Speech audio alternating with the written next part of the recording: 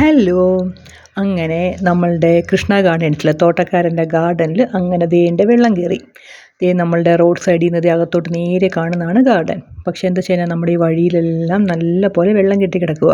അപ്പം നിങ്ങൾക്ക് കാണാം ഈ സൈഡിൽ കാണുന്നത് ഒരു ബിൽഡിങ്, ഒരു പഴയ ഒരു പണ്ട് കാലത്തെ ഒരു വലിയൊരു പേര് കേട്ട ഒരു എൻജിനീയറിംഗ് വർക്ക്ഷോപ്പായിരുന്നു. ഇപ്പോൾ അത് ഉപയോഗമില്ലാതെ ഇങ്ങനെ ഒരു ബിൽഡിങ്ങായിട്ട് നിൽക്കുകയാണ്.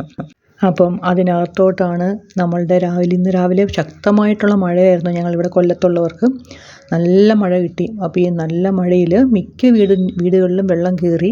അത്രയും വലിയ മഴ പെയ്തപ്പോഴത്തേക്ക് ആ വെള്ളം കയറിയ വീട്ടിലുള്ളവരൊക്കെ മോട്ടറൊക്കെ വെച്ചിട്ട് നമുക്ക് ഈ വർക്ക്ഷോപ്പിനകത്തോട്ടൊക്കെ വെള്ളം അടിച്ചു വിടുന്ന ഒരു സാഹചര്യം ഉണ്ടായി. അങ്ങനെ അവിടെ എല്ലാം നിറഞ്ഞു.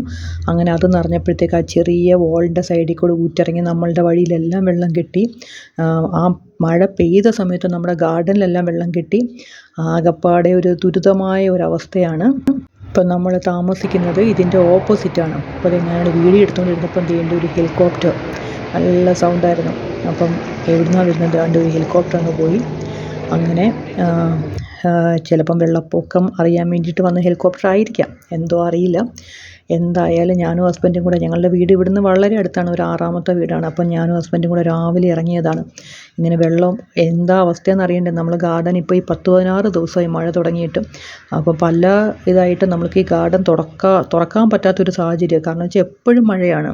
അപ്പോൾ ഈ മഴ കൂടുമ്പം എന്തോ അവസ്ഥയെന്ന് അറിയില്ല. അപ്പം നമ്മൾ ഗാർഡൻ്റെ സൈഡിൽ കൂടെ പോവുകയാണ്. ഈ വെള്ളം എങ്ങോട്ടാണ് പോകുന്നതെന്ന് അറിയേണ്ടത്. അടുത്ത ഒരു പറമ്പിലോട്ട് പോയിട്ട് ഇങ്ങനെ വെള്ളം ഫുള്ള് കെട്ടിക്കൊണ്ടിരിക്കുകയാണ്. ഇങ്ങനെ വെള്ളം കെട്ടി നിൽക്കുന്നതും ഭയങ്കര കഷ്ടമാണ്. നമുക്കറിയാഞ്ഞിട്ടല്ല, ഇതിപ്പോൾ എല്ലാം ഈ താഴ്ന്ന പ്രദേശത്തോട്ട് പോയി കെട്ടി നിൽക്കുവാണ്.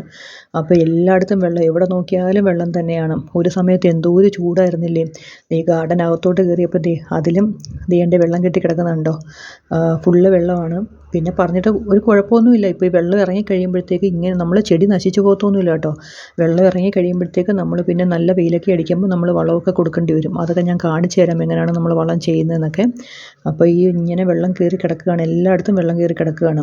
അപ്പോൾ ഇനി വെയിലൊക്കെ വരുമ്പോൾ നല്ലപോലെ ക്ലീനിങ് ഒക്കെ ഉണ്ട്. ഇവിടെ എല്ലാം ക്ലീൻ ചെയ്ത് വീണ്ടും നമ്മൾ വളമൊക്കെ കൊടുക്കുമ്പോഴത്തേക്ക് പഴയ പോലെ ആക്റ്റീവ് ആയിക്കോളും. മഴവെള്ളം ഒരുപാട് നല്ലതാണ് ചെടികൾക്ക്, നല്ല ഇതാണ്. പക്ഷേ ഓവറായി കഴിഞ്ഞ് കഴിഞ്ഞാൽ ഇലയൊക്കെ പൊഴിയും, ഇല മഞ്ഞളിക്കും. അപ്പോൾ ഒരുപാട് വെള്ളം കയറുന്നതൊക്കെ നമുക്ക് മാറ്റി വെക്കാം.